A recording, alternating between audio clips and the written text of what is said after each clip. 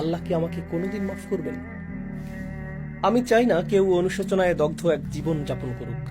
আল্লাহ আমাদেরকে এই ধর্ম এই জন্য দান করেননি যে আমরা অতীতের ভুল নিয়েই পড়ে থাকব। কোরআনের অন্যতম একটা মহান লক্ষ্য হলো, আল্লাহ বলেন, ইন্না ফি যালিকা লাযিকরা লিমান কানা লাহু কলবুন আও আলকাস সামআ ওয়া হুয়া শাহীদ। নিশ্চয়ই এতে উপদেশ রয়েছে তার জন্য যার রয়েছে অন্তর অথবা যে নিবিষ্ট চিত্তে শ্রবণ করে। তাই হৃদয় সম্পর্কিত যে কোনো বিষয় সবচেয়ে বিস্তীর্ণ উত্তর আপনার হৃদয়ের অনুভূতি কেমন হওয়া উচিত তা কোরআনে আছে।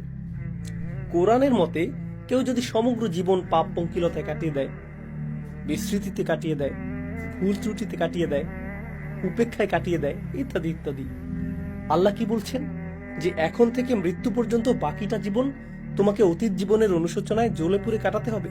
কোরআন কি কখনো এমনটা বলেছে? আল্লাহ তার সৃষ্টির অন্তঃকরণের সুরক্ষায় বেশি সংরক্ষণশীল সৃষ্টির নিজের চেয়েও।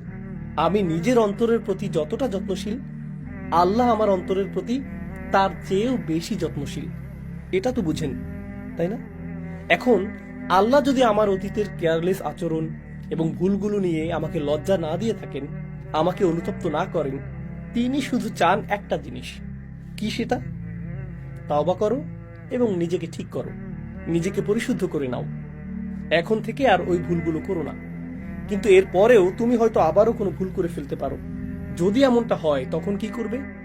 আবার তওবা করবে এবং নিজেকে ঠিক করে নিবে। যদি এটা করতে পারো তাহলে তোমাকে কিসের বোঝা আর বহন করে বেড়াতে হবে না? লজ্জা বা অপরাধ বোধের বোঝা। তোমাকে অনুশোচনায় দগ্ধ এক জীবনযাপন করতে হবে না।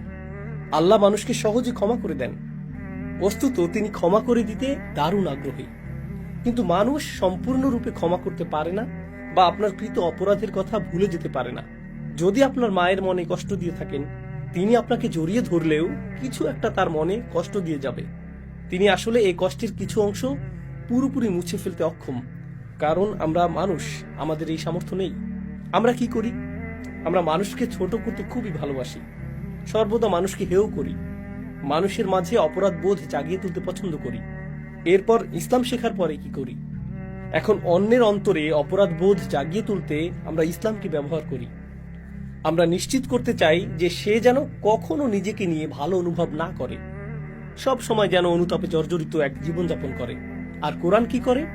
তাওবা করো এবং সামনের দিকে এগিয়ে যাও। আর মানুষ কি করে? না, আমি তোমাকে এগুতে দিতে পারি না, না না না, তুমি সামনে আগাতে পারবে না, যেখানে আছো সেখানেই পড়ে থাকো। ভাবতে পারেন, আমাদের সকল পাপের জন্য আল্লাহর কাছে মাফ চাইলাম, কিন্তু সে মাফ চাওয়াটা যদি যথেষ্ট না হতো তাহলে কি হতো? তাহলে তো কখনো আমরা সিজদা থেকে মাথা উঠাতে পারতাম না। তো আমরা কি আমাদের কৃত পাপের জন্য অনুতাপ অনুশোচনা ফিল করব না? অবশ্যই করব।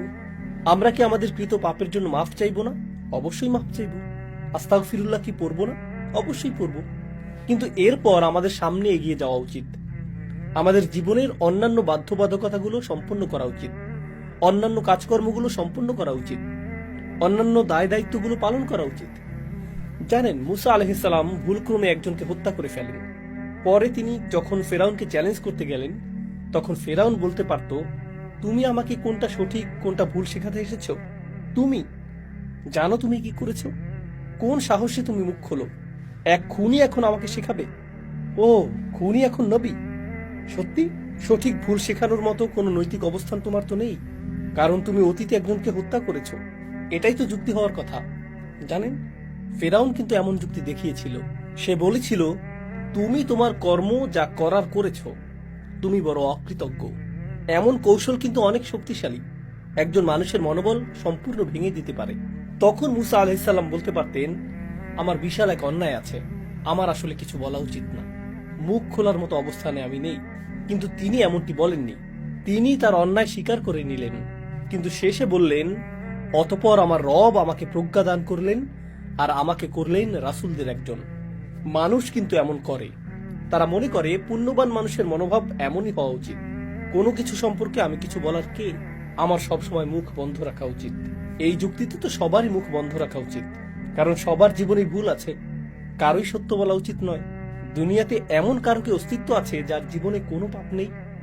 তো আমাদের সবার চুপ থাকা উচিত, কারো কোনোদিন সঠিক কথা বলা উচিত না। এটা কি কোনো যুক্তি হলো?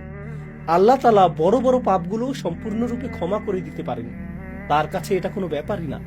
তাই অন্যায় হয়ে গেলে অন্যায় স্বীকার করে নিন, তওবা করুন, নিজেকে ঠিক করে নিন, তারপর সামনে এগিয়ে যান।